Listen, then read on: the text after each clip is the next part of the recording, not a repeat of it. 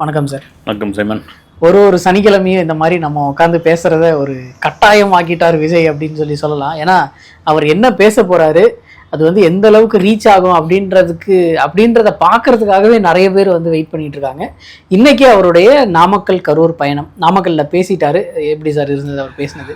உண்மையிலே நீங்கள் சொல்கிறது தான் வந்து முதல்ல ஆரம்பித்தது வந்து மத்திய மண்டலம், தமிழ்நாட்டுடைய மத்திய மண்டலம், திருச்சி, அரியலூரும். அதன் பிறகு வந்து டெல்டா பகுதிக்கு போயிருந்தார், நாகப்பட்டினம், திருவாரூர். வந்து இப்போ வந்து கொங்கு மண்டலம், மேற்கு மண்டலம், குறிப்பாக தமிழக அரசியல் மிக முக்கியமான ஒரு அரசியல் களம் வந்து கொங்கு மண்டலம்.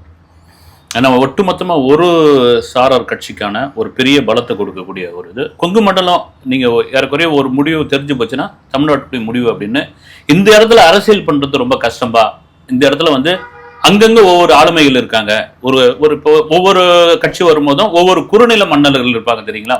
மாவட்டத்துக்கு ஒரு குறுநில மன்னர்கள் கொங்கு மண்டலத்தில் அதிகம் அப்படின்னு விஜயோட இந்த பயணம் அதிகமாக கவனிக்கப்பட்டது காரணம் ரைட்டு. இது இன்னைக்கு காலை வழக்கம் போல் வீட்டிலேருந்து கிளம்பி திருச்சிக்கு போய் திருச்சிலேருந்து ஆன் ரோட் போவார்னு நினச்சேன்.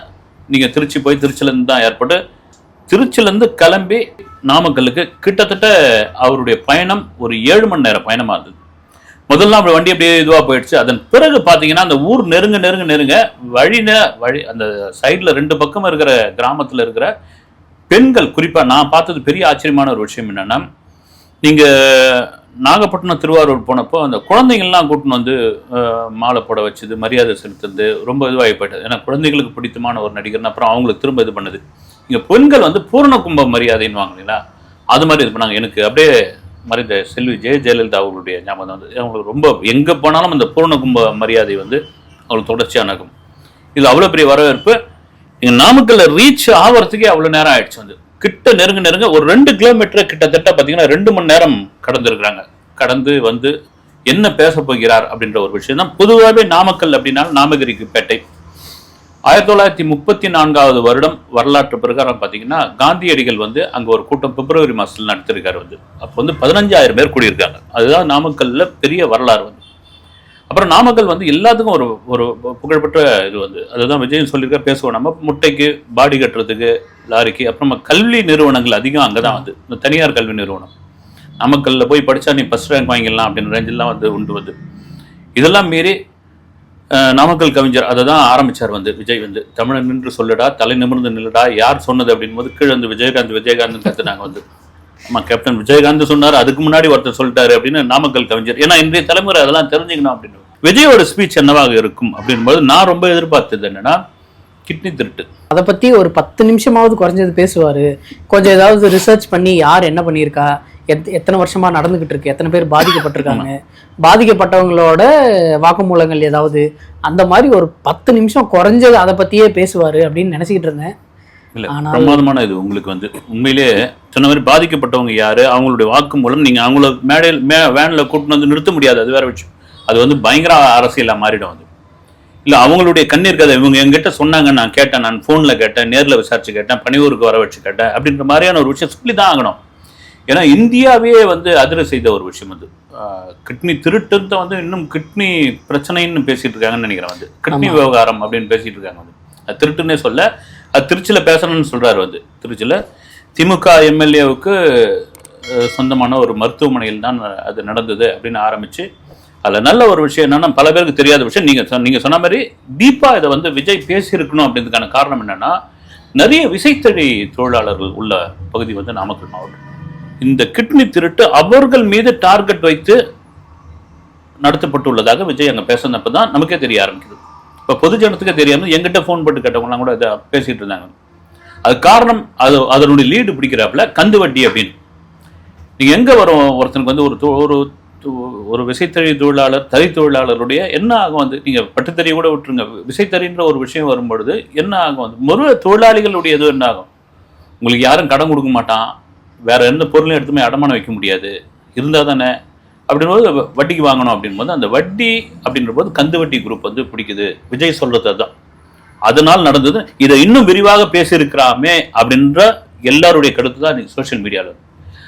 அப்படியே ஆரம்பிச்சது வந்து நாமக்கல்ல உள்ள பிரச்சனைகள்லாம் லைட்டாக சொன்னார். சொல்லிட்டு அதன் பிறகு வந்து அவர் ஆரம்பிச்சது பாஜக எதிர்ப்பு அரசியல் போயிட்டார். வந்து பாசிசம் பாஜக அப்படின்னு. சார் இன்னைக்கு வந்து அவர் இத்தனை நாளாக நம்ம கேட்டுக்கிட்டு இருந்த கேள்விக்கு அவர் பதில் சொல்லியிருக்காரு அப்படின்றதுக்கு ஏற்ற மாதிரி ஏடிஎம்கே ரிலேட்டடாக பேசியிருக்காரு. பட் அதுவும் அந்த அளவுக்கு பெருசாக தாக்கி எல்லாம் பேசல. அவர் வந்து மேலோட்டமாக அம்மா அம்மான்னு சொல்லிட்டு இருந்தீங்க, செல்வி ஜெயலலிதா அம்மாவோட கட்சி இப்படி பண்ணி வச்சிருக்கீங்களே அப்படின்னு மட்டும்தான் அவர் இது பண்ணியிருக்காரே தவிர எதுவும் தாக்கியோ இல்லை நீங்கள் இந்த மாதிரி பண்ணாதீங்க இப்படி பண்ணாதீங்க அப்படின்லாம் எதுவுமே அதை பற்றி பேசல. சைமன் அங்கே சொல்கிறதுக்கான விமர்சனம் பண்ணுறதுக்கான ஒன்றும் விஷயம் கிடையாது உங்களுக்கு. ரொம்ப இன்னும் அது வேற விதமாக மாறிடும். அவருடைய விஜயோடைய டார்கெட் என்னென்னா மாநிலத்தில் இருக்கிற திமுக, மத்தியில் இருக்கிற பாஜக, இது ரெண்டு தான். நீங்கள் அதிமுக அப்படின்னு எதிர்கட்சி, அதிமுகலே பார்த்தீங்கன்னா ஆரம்பத்தில் எடப்பாடிக்கு அவ்வளோ பெரிய கூட்டம் வந்தது. இப்போ விஜய் வந்த பிறகு அந்த கூட்டம்லாம் இந்த சின்ன கோடு பெரிய கோடு அந்த கதையாக தான் மாறிடுச்சு வந்து. நீங்கள் அதுக்கப்புறம் ஒன்று ஆனால் அதையும் சொல்லியிருக்காரு. ஏன்னா இந்த விமர்சனம் தான் வந்து ஏன் இவர் வந்து அதிமுக விமர்சிக்கிறது இல்லை, காங்கிரஸ் விமர்சிக்கிறது இல்லை அப்படின்னு பொழுது அதுக்காக கூட செல்வ பெருந்தகை சொன்னார், நாங்கள் என்னங்க பண்ண, நாங்கள் வந்து ஆண்டுகிட்டு இருக்கோமா, எங்கள் மேலே வந்து ஒரு குண்டூசி ஊழல் கூட கிடையாது, விஜய் அது பேச வேண்டிய அவசியம் கிடையாது, விஜயம் யாரும் தடுக்காதீங்க அப்படின்னு அவரும் அந்த மாதிரி வந்து பேசியிருந்தார். அது இப்போ அதுக்கு தான் சொல்கிறாரு, எம்ஜிஆர் தொடங்கின ஒரு கட்சி, மிகப்பெரிய ஆளுமையாக இருந்த ஜெயலலிதா அவர்கள் கட்டி காத்த ஒரு விஷயம், இன்னைக்கு எம்ஜிஆர் ரசிகர்களே வந்து வெறுக்கக்கூடிய அளவுக்கு நீங்கள் ஒரு அரசியல் பண்ணிட்டு இருக்கீங்க, ஆனால் அம்மா அம்மான்னு சொல்லிட்டு இருக்கீங்கன்னு அக்கி ஒரு போட்டு போட்டாச்சு. எனக்கு இன்னும் மறுபடியும் தெளிவாக என்ன தெரியுதுன்னா, விஜய் நாங்கள் யாரு கூட கூட்டணி இல்லை என்பதை வந்து மறுபடியும் நேரடியாக சொல்லனாலும் இது மறைமுகமாக சொல்லிட்டு இருந்தாலும் கூட்டணி இல்லாமல் இந்த 2026 தேர்தல் களத்தை விஜய் சந்திப்பது சரியா அப்படின்ட்டு எனக்கு ரொம்ப இதுவாக இருக்கும். என்ன காரணம்னா, நீங்கள் ஒரு பெரிய வாக்கு வங்கி காமிக்கலாம், வந்து பெரிய ஒரு மாற்றத்தை வந்து நீங்கள் வந்து இது பண்ணிடலாம், ஆனால் இத்தனை எம்எல்ஏக்களை கொண்டு வந்து நீங்கள் ஆட்சி அமைக்க முடியுமா அப்படின்னு கண்டிப்பாக இது நமக்கு பேசுகிற நமக்கு தோன்றது வந்து விஜய்க்கு யாராவது சொல்லியிருப்பாங்க. இப்போ அதிமுக மாதிரியான ஒரு கட்சியுடன் கூட்டணி அப்படின்ற பொழுது இன்னும் ஒரு பலமான ஒரு எதிர்ப்பு அரசியலை நீங்கள் பண்ணலாம். அப்போ உள்ள பிஜேபி இருக்குது, அதை தான் சொல்கிறார் வந்து. நீங்கள் வந்து பிஜேபியும் அதிமுகவும் நேரடியான ஒரு தொடர்பில் இருக்காங்க, நேரடியான கூட்டாளியாக இருக்கிறாங்க. ஆனால் திமுக வந்து மறைமுகமான கூட்டாளியாக இருக்காங்க. திமுக குடும்பம்னு வேற சொல்லியிருக்காரு வந்து கூட்டாளி. இது தொடர்ச்சியாக சொல்லிட்டு இருக்காரு சைமன். இது வந்து ஸ்டார்டிங்ல இருந்தே இந்த நரேட்டிவ் தான் அவர் செட் பண்ணிட்டு இருக்காரு. டிஎம்கேவும் பிஜேபியும் ஒரு ரகசிய உடன்படிக்கையில் அவங்க பாட்டுன்னு இருக்காங்க. அவங்க ஆளுங்க தாங்க இவங்க ஆளுங்க தாங்க அவங்க. நீங்கள் வந்து வெளியே நடிக்கிறாங்க, அப்போ நீட்டை ரத்து பண்ணியிருக்க வேண்டியதானே, அதுக்கு அழுத்தம் கொடுத்துருக்க வேண்டியதானே அப்படின்ட்டு அந்த அரசியல் பேசுறாரு. இப்போ நீட்டை நாங்கள் வந்தவொடனே ஆட்சிக்கு வந்தவொடனே நீட்டை எடுத்துருன்னு சொன்னாங்களே, இப்போ அதையும் கேள்வி கேட்பாரு. முதல்ல சொல்லியிருந்தீங்கல்ல, இப்பயா நீங்கள் நிறுத்து போயிட்டீங்க, அதுக்கே நீங்கள் குரல் கொடுக்கறது இல்லை. உதயநிதி தானே அந்த குரலை வந்து ஆரம்பிச்சது வந்து, அப்பயே நீங்க கொடுக்கறதுல விஜய் இதையும் கேட்கிறாரு. அப்ப இவங்க ரெண்டு பேரும் வந்து ஒரு ரகசிய உடன்படிக்கையில இருக்காங்க, இவங்க ரெண்டு பேரும் வந்து ஒரு உறவுல இருக்காங்க, இதெல்லாம் நம்பாதீங்க. நீங்க திமுகவுக்கு போடுற ஓட்டு பிஜேபிக்கு போடுற ஓட்டுன்ட்டாப்ல, ஒரே போடா போட்டாரு. ஆமா, நீங்க அங்க போடுற ஓட்டு அப்படின்ட்டாரு. Okay sir. சார் அவர் பிஜேபி ரிலேட்டடாக பேசும்போது இந்த விஷயத்தையும் பேசியிருந்தார். நீட்டை வந்து நீங்கள் பேன் பண்ணாமல் இருக்கீங்க, தமிழக மக்கள் மேலே உங்களுக்கு அவ்வளோ பாசம் இருந்தால் நீங்கள் நீட்டை பேன் பண்ணியிருக்க வேண்டியது தானே, கல்வித்தொகையை கொடுக்க வேண்டியது தானே அப்படின்னு சொல்லியும் பேசுகிறாரு. ஆனால் டிஎம்கேவும் பிஜேபியும் ஒரு மறைமுக தொடர்பு அப்படின்றாரு. இது புரியலையே சார். இந்த ரெண்டு விஷயமும் எதிர்மறையான ஒரு விஷயம். இவங்க சப்போஸ் தொடர்புல இருக்காங்க அப்படின்னா கல்வித்தொகையை கொடுத்துருப்பாங்க, பட் கொடுக்கல, நீட்டை பேன் பண்ணியிருப்பாங்க, அதுவும் பண்ணல. அப்படி இருக்கும்போது எப்படி இது பண்ண தெரிஞ்சு போயிடுமே அப்படின்ற மாதிரி ஒரு சொல்றாரு வந்து. நீங்க அழற மாதிரி அழுங்க, நான் அடிக்கிற மாதிரி அடிக்கிறேன், நீங்க அடிக்கிற மாதிரி அடிங்க, நான் அழற மாதிரி அழறேன் அப்படின்ற மாதிரி விஷயம். இந்த கல்வித்தொகை கொடுக்காதது கூட அது கூட ஒரு சின்ன ஒரு கேம் தான் அப்படின்ற மாதிரி அவருடைய ஸ்பீச்சில் தெரியுது வந்து. ஆனால் அவர் தொடர்ச்சியாக வந்து ரெண்டு பேரும் வந்து ஒரு மறைமுக உறவில் இருக்கிறார்கள், நல்ல கூட்டாளிங்க ரெண்டு பேரும் இங்கே நடிக்கிறாங்கன்ட்டு வந்து திரும்ப அவர் வந்து போகிற இடமெல்லாம் பிரகடனப்படுத்திக்கிட்டே இருக்கிறார். Okay sir. சார் விஜய் அவர்கள் வந்து நாங்கள் வந்து ஆட்சிக்கு வந்தால் நாங்கள் வந்து பொய் வாக்குறுதியெல்லாம் கொடுக்க மாட்டோம், எது சாத்தியமோ எது நடைமுறைக்கு கட்டுப்படுதோ அதை மட்டும்தான் நாங்கள் கொடுப்போம் அப்படின்னு சொல்லியிருக்காரு. அது லாஸ்ட் டைமே அவர் வந்து சொல்லியிருந்தார், தண்ணி, சாலைகள், பெண்கள் பாதுகாப்பு, எஜுகேஷன், அந்த மாதிரி நிறைய ஃபீல்டு வந்து அவர் சொல்லியிருந்தார். அதில் வந்து என்ன பண்ண போகிறாங்கன்றதை அவர் வந்து எங்கேயுமே மென்ஷன் பண்ணல. இதை எல்லாத்தையுமே நாங்கள் மேம்படுத்துவோம் அப்படின்ற மாதிரி எல்லாத்தையும் ஒரு காமன் கிரவுண்டாக தான் சொல்லியிருக்காரு. இதில் வந்து நான் புதுசாக என்னத்தை சொல்கிறது அப்படின்னு சொல்லி அதில் ஒரு கலாய்க்கிற மாதிரி ஒரு விஷயத்தை ஆட் பண்ணியிருந்தாரு. அந்த விஷயம் எப்படி சார்? முதல்ல வாசிச்சார் வந்து வாக்குறுதி 64, வாக்குறுதி 154, இதெல்லாம் வந்து தேர்தல் வாக்குறுதிகள் கொடுத்ததெல்லாம் வந்து வாக்குறுதி நம்பரோடு சொல்லிட்டு இருந்தார். விஜய் சொல்கிறது கரெக்டான ஒரு நாட்டோடைய மக்களுக்கு, ஒரு பகுதியோட மக்களுக்கு நல்ல குடிநீர், நல்ல ஒரு உணவு, பாதுகாப்பான ஒரு வாழ்க்கை, ஒரு சட்டம் ஒழுங்கு கரெக்டான ஒரு விஷயம் எல்லாமே அமைஞ்சு போயிட்டா அதுதான் சூப்பரான ஒரு விஷயம். இன்னைக்கு வந்து இப்போ ஏதோ சொல்லல, நிறைய பேர் துபாய்க்கு போகணும், சிங்கப்பூர் போகணும்னு சொல்கிறாங்களே, அதுக்கான காரணம் அதுதான் வந்து. அதுதான் விஜய் சொல்கிறாப்புல, நாங்கள் ஒன்றும் புதுசாக சொல்லிட்டு போகிறதில்ல, அப்படி புதுசாக சொன்னோம்னா அமெரிக்காவுக்கு ஒத்தடி பாதை போடுவோம், செவ்வாய் கிரகணத்தில் ஐடி கம்பெனி ஆரம்பிப்போம், வீட்டுக்குள்ளே வந்து ஃப்ளைட்டை ஓட வைப்போம் அப்படின்ட்டு போட்டு அதையும் போட்டு விட்டார். அப்படி நாங்கள் பொய் பித்தலாட்ட வாக்குறுதியை கொடுக்க மாட்டோம். இந்த வாக்குறுதியை நாங்கள் சரியாக, வழக்கமான வாக்குறுதி தான், என்னப்பா இது எல்லாரும் சொல்கிறது தானேன்றீங்க, இதே நாங்கள் சரியாக செய்வோம் அப்படின்ற ஒரு விஷயம் மக்கள்கிட்ட போய் எனக்கு ரொம்ப நல்லா ரீச் ஆயிருக்குன்னு எனக்கு தோணுது. நாங்கள் இதை தானே கேட்கணும், இதை கரெக்டாக கொடுங்க, வீடு தேடி ரேஷன் அப்படின்ற ஒரு விஷயம் கொடுங்க, நீங்கள் ரேஷன் கொடுங்க, நல்ல குடிநீர் குடிங்க, ஒரு அமைதியான ஒரு இதுவை கொடுங்க, நாங்கள் இருக்கிறோம், அதுதான் மக்கள் எதிர்பார்க்கறது. இத்தனை நாட்கள் ஒரு 2-3 பரப்புரை வந்து அவர் பண்ணியிருக்காரு. அதில் வந்து நாகப்பட்டினத்தில் நல்லா பேசினார், அப்புறம் திருச்சியில் பயங்கரமாக பேசினார். இன்னைக்கு வந்து நாமக்கல்லில் பேசினது வந்து ரொம்ப நார்மலாக இருந்ததோ இல்லை, அந்த ஃபயர் இல்லையோ அப்படின்ற ஒரு ஃபீலிங் இல்லை. எனக்கு பார்த்தீங்கன்னா ஒரு சின்ன பதட்டம் கூட இருந்தது, வந்து டக்குன்னு ஒரு பதட்டம் இருந்தது. மைக்கில் சரியாக கேட்கல, மைக்கில் சொதப்பலா என்னன்னு தெரியல, மைக்கில் சொதப்பல் தான் வந்து. அப்புறம் பார்த்தீங்கன்னா முன்னும் பின்னும் கொஞ்சம் இதுவாக இருந்தது, வந்து நிறைய வார்த்தைகளை வந்து அவர் மிஸ் பண்ணாரு, என்ன எதுவும் தெரியல வந்து. குறிப்பாக வந்து கடந்த நீங்கள் திருச்சி, அரியலூர், நாகப்பட்டினம், திருவாரூர்லாம் திமுக எதிர்ப்பு அரசியல் பயங்கரமாக பேசியிருந்தார். இங்கே அப்படியே பார்த்தீங்கன்னா பிஜேபிக்குள்ளே போயிட்டார், அப்புறம் அதிமுகக்குள்ளே போயிட்டார். ஒருவேளை இப்போ கரூருக்கு போயிட்டு இருக்காருல்ல, அங்கே சேர்த்து வச்சு பேசுவோம், இங்கேயே எல்லாத்தையும் சொல்லிட்டா எப்படி அப்படின்ற மாதிரியானது. நாமக்கல் பிரச்சனையும் பேசினாரு, அந்த அளவுக்கு டீப்பாக பேசல, இன்னும் கூட பேசியிருக்கலாமேன்னு தோணுச்சு வந்து. அவர் சொன்ன நாங்கள் ஆட்சிக்கு வந்தால் எப்படி இருக்கும், அப்புறம் நான் சொன்னது வந்து, அப்புறமா வந்து நான் கூட 3 வாரமா என்னவோ நினைச்சேன். அதுதான் சார் எனக்கு புரியல. எனக்கும் புரியல. 3 வாரத்துக்கு முன்னாடி என்னவோ நினைச்சேன்னா அது என்ன சும்மா வந்துட்டு போவோம் அப்படின்னு நினைச்சாரா? எனக்கு தெரிஞ்சு இவ்வளவு பெரிய வரவேற்பு விஜய், நான் ஆரம்பத்திலே சொன்ன பாருங்க, திருச்சியில் வந்து அவ்வளோ ரொம்ப தெளிவா அந்த தாண்டி டிஃபன் சாப்பிட்டு பொறுமையாக அப்படியே வீட்டிலேருந்து நீலாங்கரையிலேருந்து கிளம்பி அப்படியே ஏர்போர்ட்டுக்கு போய் ஃப்ளைட்டை பிடிச்சி அப்படி இறங்கி மரக்கடையில் போய் அப்படி பேசிட்டு வரலாம் அப்படின்னு நினச்சார் பொழுது வந்து ஏர்போர்ட்டை விட்டு இறங்கின உடனே தான் அந்த கூட்டம் தெரிய ஆரம்பிச்சோன்னு, ஆஹா எப்பவுமே வந்து தன் பலம் தனக்கு தெரியாதுன்னுவாங்கள்ல, அது மாதிரி தான் வந்து அவருடைய பலம் அவர் அன்றைக்கி தான் ரியலாக பார்த்ததுன்னு நினைக்கிறேன். இது வரைக்கும் நம்ம பார்த்தது, இதுக்கு முன்னே ரசிகர்களாக பார்த்தது, இன்னைக்கு தொண்டர்களாக பார்த்ததை வந்து அவ்வளோ பெரிய பலம். அதை தான் நான் என்னோன்னு நினச்சேன், நீங்கள் எப்படியாப்பட்ட வரவேற்புனா இறங்கி பார்த்துடலான்னு சொல்கிற ஒரு விஷயம் தான் வந்து. பொதுவாகவே நேற்றுலாம் வந்து பார்த்திங்கன்னா இந்த நியூஸ் சேனல், யூடியூப் சேனல்ஸ் எல்லாம் பார்த்திங்கன்னா நாமக்கல்லில் அங்கே இருக்கிற மக்கள் எல்லாம் கூட எதுவும் கேட்டிருந்தாங்க. அவங்க கூட நிறைய பேர் வந்து வரட்டமே, 2 கட்சி தான் ஆண்டுகிட்டு இருக்கணுமா, வரட்டும், நல்லது பண்ணிட்டோம், இந்த மனநிலைக்கு தாங்க இருக்கிறாங்க. விஜயகாந்த் எப்படி வந்து விஜயகாந்துக்கு ஒரு பெரிய ஆதரவு கொடுத்தார்களோ அதை விட 1 மடங்கு ஆதரவு விஜய்க்கு இருக்குது. சார் இன்னைக்கு வந்து நிறைய நம்ம வந்து இத்தனை நாளாக திருச்சி, நாகப்பட்டினத்தில் பார்க்காத அட்ராசிட்டிஸ் வந்து இன்னைக்கு பார்த்தோம். எல்லாரும் கரண்ட் கம்பி மேலே ஏறுறது, எப்பயுமே ஏறுவாங்க, பட் இந்த தடவை வந்து எல்லா கம்பிகள்லையும் ஏறுறது. ஒரு வீட்டுக்கார அம்மா வந்து பால்கனியில் ஏறாதீங்கன்னு கத்திக்கிட்டு இருக்காங்க, அதெல்லாம் கேட்கவே இல்லை, ஏறிக்கிட்டே இருக்காங்க. அவர் விஜய் அவர்களோட பஸ்ஸு வந்து ஒரு வண்டியை இடித்து அவங்க 3 பேர் ஒன்றா சேர்ந்து கீழே விழுகிறாங்க. விஜய் சார் கூட தொடர்ந்து வர்ற எல்லாருமே ஒருத்தர் கூட ஹெல்மெட் போடாமல் வர்றது.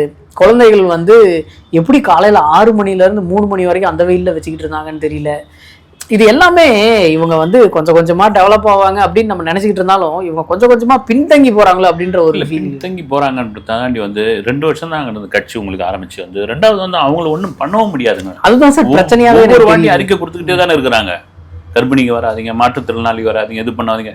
அதுக்கு வந்து புஷியானம் தான் ஒவ்வொரு வீடா போய் வந்து ஆமா ஒவ்வொருத்தர எழுத்து உட்கார வச்சுட்டா வரணும். அவரே லாக் பண்ணிட்டாங்க சார், இன்னைக்கு அவர் வெளியே போக முடியாது. அப்படி இருக்குது, கட்டுக்கடங்காத கூட்டம் இருக்கும்போது என்ன பண்ண முடியும்?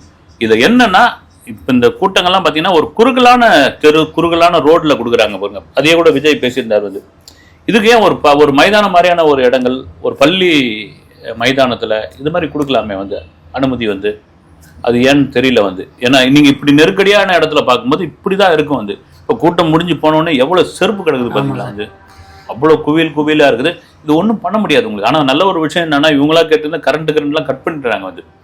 ஆனால் அதை தாண்டி நீங்கள் திரும்ப சொல்கிறதுனா, இந்த ரசிகர் மனநிலையிலிருந்து தொண்டர் மனநிலைக்கு மாறுவதற்கு இன்னும் காலம் இருக்கிறது. அது மாதிரி தான், அது ஒரு கட்டத்தில் மாறி தான் ஆகணும் வந்து.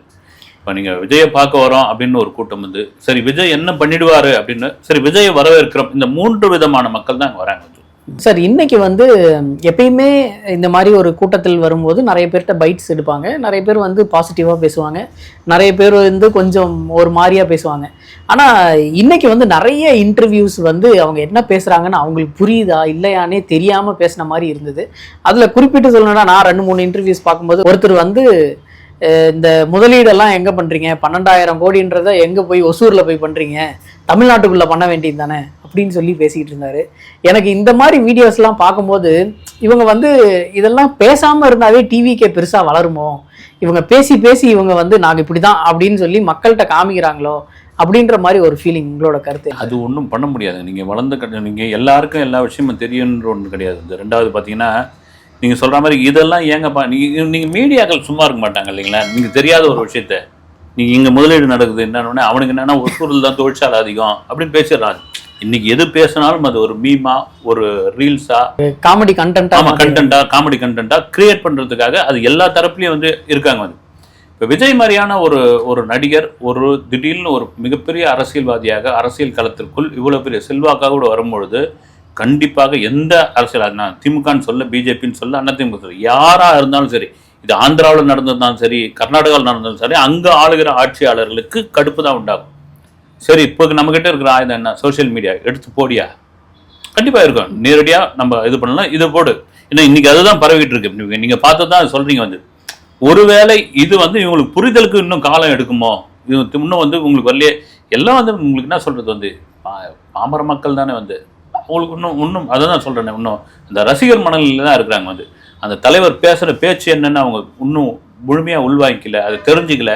அது வந்து மைக்கு கிடச்சோன்னா அவங்களுக்கு இஷ்டம் போல் பேசுகிறாங்க உற்சாகத்தில். வந்து அதெல்லாம் ஒன்றும் இதுவாகாது. வந்து அது கடந்து போயிட்டே இருக்க வேண்டியதான். சார், இன்னைக்கு விஜய் சார் பேசின விஷயம் என்னன்னா, இந்த வாக்குறுதியெல்லாம் என்ன நீங்கள் நிறைவேற்றினீங்க அப்படின்னு கேட்கும்போது வடிவேலு சார் வந்து ஒரு மீம்ல பாக்கெட்டை எடுத்து காமிப்பார்ல, ஒன்றும் இல்லையே அப்படின்னு, அந்த மாதிரி தான் காமிக்கிற மாதிரி இருக்குது அப்படின்னு சொல்லி அவர் பேசின விஷயம் வந்து இது ஈஸியாக மக்கள் இடத்துல ரீச் ஆகிறதுக்கு அவங்க ரிலேட்டடாக இருக்கிற ஒரு விஷயத்தையே எடுத்து பேசுகிறாரோ அப்படின்ற ஒரு ஃபீலிங் இருந்தது சார். அது விஜய் சாரை வந்து மக்கள்கிட்ட ரொம்ப கனெக்ட் பண்ணுறதுக்கு ஈஸியாக இருக்குமோ?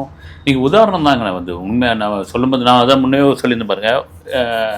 எஸ்.எஸ். சந்திரன் நகைச்சுவை நடிகர் எஸ்.எஸ். சந்திரன் இருந்தப்போ அவர் ஒரு சூப்பரான ஒரு விஷயத்தை பண்ணார். வந்து நீங்கள் வாய் வழியாக இப்போ சொல்கிறாரு இல்லையா, நாமக்கல் தான் இந்தியாவில் உலகத்திலே அதிக முட்டை ஏற்றுமதியில் முன்னணியானது, இங்கே எங்கள் முட்டை பதனிடுறதுக்கு எங்கள் தொழிற்சாலை இருக்குதுன்றாரு.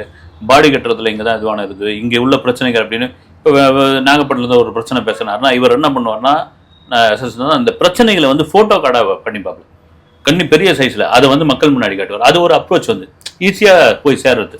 ஒரு திரைப்படம் சொல்கிற விஷயம் மாதிரி தான் வந்து நீங்கள் சொல்கிற மாதிரி விஜய் எளிய மக்களுக்கும் போய் சேரணும் அப்படின்போது இதெல்லாம் கையில் எடுத்து பண்ணுறாப்புல வரவேற்கக்கூடிய ஒரு விஷயம் தான். வந்து 10 கிலோமீட்டருக்கு முன்னாடியே நிறுத்திடுறாங்க. அங்கேருந்து இன்ச்சா தான் எல்லா இடத்துலையுமே நகர்ந்து போயிடுறாங்க. இப்போ ஒரு 38 கிலோமீட்டர்னு வச்சுங்க, ஒரு 35 கிலோமீட்டர் போயிடுறாங்க. 3 கிலோமீட்டர் கிடக்கிறது தான் பெரிய விஷயமா இருக்குது. அதுக்கப்புறம் தான் எங்கிருந்து வராங்கன்னு தெரியல. இந்த பலாப்பழத்துல இமுக்கிற மாதிரி வந்து முச்சுக்கிட்டு அந்த வண்டியை நகர்ந்து அப்படியே போயிட்டு இருக்கு. அது வந்து ஆமாம் சார். ரொம்ப நன்றி சார். வணக்கம்.